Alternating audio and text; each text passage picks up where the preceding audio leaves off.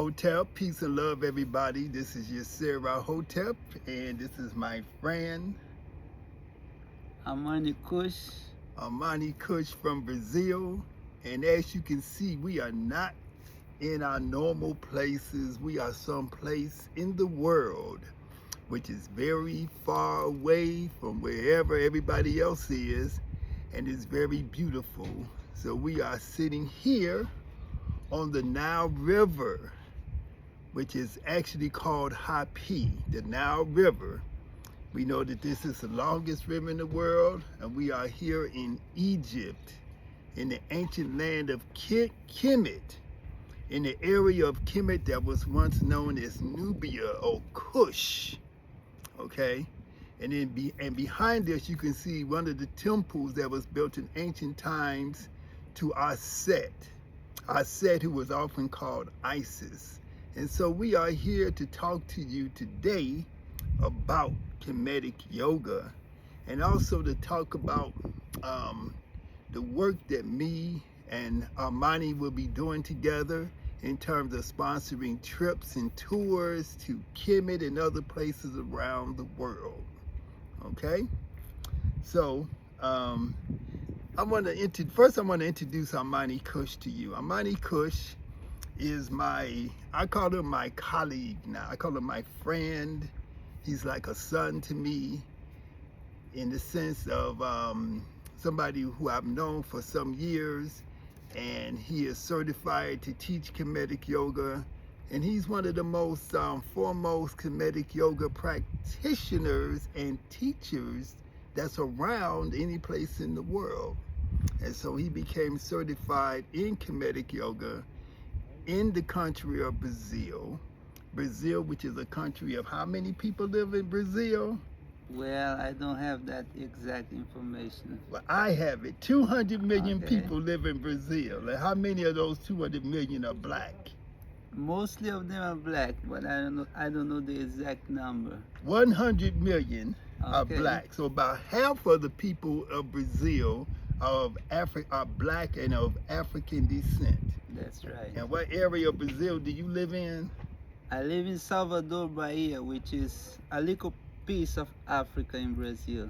Yes, because that is the area of Brazil where you have the largest majority of the descendants of people who came from Africa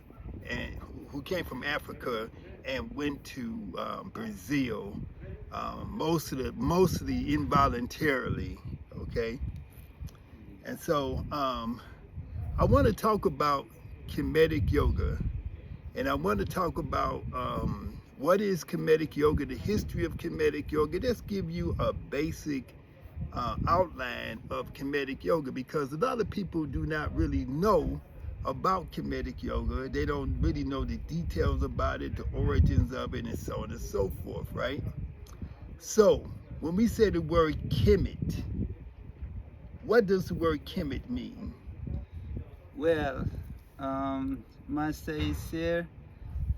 Usually, the people who call themselves scholars, or they know mostly of the information about ancient Egypt, they say that Kemit means the black land, and the word black is related to the soil. But if you go to the Medu Neter, which is the ancient Egyptian language, what they call today hieroglyphics, not just the writing, but actually the language, the word for land is Ta. That's why they call this land also Tameri, which means the beloved land. And also they call this land Tawi, which means the two lands, the united two lands, Semai-Tawi. And then when it comes to the word Kemit, we don't have the word Ta. So Kem means black, and that black is related to the people who live here before all these other people came in, which means the black people. Okay, so the word Kemit really refers to the black people, the people of the black who have black skin, the melanated people. That's what the word Kemit really refers to more so than the actual land or the dirt or the soil being black. That's right. Okay, and how do we know this? Well, But you already said that the word ta means land, and that is not part of the word Kemit, so it can't mean black land. But there's other evidence that talks about the idea that the people of ancient Kemit were black and that they originated from the interior of Africa to the south and not to the north from the so-called Middle East or the Levant, but from the south. yes, I think one thing that we have to consider in that issue is what they said about their own origins. And so when it comes to the ancient writings, we have a document which is called Hunefer Papyrus, when they say we came from the south, from the beginning of the Nile, where the nature Hapi dwells, at the foothills of the mountains of the moon. So where is the mountains of the moon? We have Mount Rwenzori in Uganda, we have Kilimanjaro in Tanzania, and then, you know, they are talking about the source of the Nile River, which is the White Nile came from Uganda, the Blue Nile comes from Ethiopia, and they come together in Khartoum in Sudan. Yes. So they say they came from the south. So they came from it's about the, if you look to the river, it's about a cultural highway. Yes, a cultural highway, but with all these different cultures of African people who lived along the pathway of the Nile. This is where they lived, and they all influenced the development of the culture that we call Nile Valley, because Nile Valley culture is not just in Egypt or Kemit. Nile Valley comes from, the culture comes over a span of over, how many miles is the Nile River? 7,000. It's more than 7,200 or 7,500 miles, right? That's a very long way. The Nile River flows through 11 current countries in Africa, and it comes from Zimbabwe. It comes from the south, where the Great Lakes region is in southern Africa, and it flows all the way to the Mediterranean Sea from the south to the north. And so that's how we know that the culture and the people of ancient Kemit came from the southern part of Africa, that they were black people, black melanated people. They were sub-Saharan African people, as they like to say, sub-Saharan. And also we have DNA evidence that says what? They say that they were, like, they have pigmentation. They were black people. Sheikh Anta Diop, one of the most famous scholars from Senegal, he is a great scientist who was, I think he was the first African brother or African scholar who has this opportunity to analyze the ancient mummies and test how much of melanin they got. And you read me something the other day that said that when they did DNA tests on one of the most famous of the kings of Kemit, I'm not going to use the word pharaoh, even though, you know, that's a common term. I'm going to say Sarah or Nisu BT. That's the actual name. That's the actual title. But one of the most famous ones, his name was who people commonly call Ramses II. And you found evidence in scholarly papers that said that when they tested his DNA and the DNA of his family members, that it showed that they were descended from what the mainstream world of academia like to call Saharan Africans, Right. which means that they were descended from people who were black. And why is that so important to know? You tell me.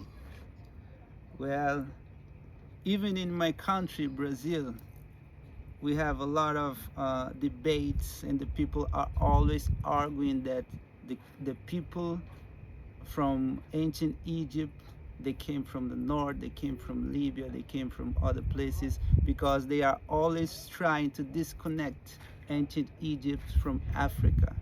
Because how many civilizations has his own discipline to study? So for what I know, the Egyptology was a science created from the white people to study the ancient Africans, but that civilization was so sophisticated that they always try to disconnect them from the ancient Africa, because for them, they always try to put themselves as superior. Yes, and the motive for disconnecting ancient Kemit from the rest of Africa and to call ancient Kemit the Middle East instead of Africa was in the service of the myth of white supremacy. I'm gonna use the term white supremacy, even though we know that white is not supreme and white is not better. But the term white supremacy refers to the myth that these people were trying to create, that said that white people and white skin and white culture and white language and white everything was better than black. And so, because of the fact that these people who took black African people as slaves, they needed to justify in their own consciousness the contradiction that you were taking people and making them slaves because you viewed them as, because you said that they were inferior, even though you knew they weren't inferior. You really knew that they were superior, but you chose to take them as slaves for your own selfish reasons. And so to justify that and to make those enslaved people even believe that they should be enslaved, they had to create the myth of that we were inferior.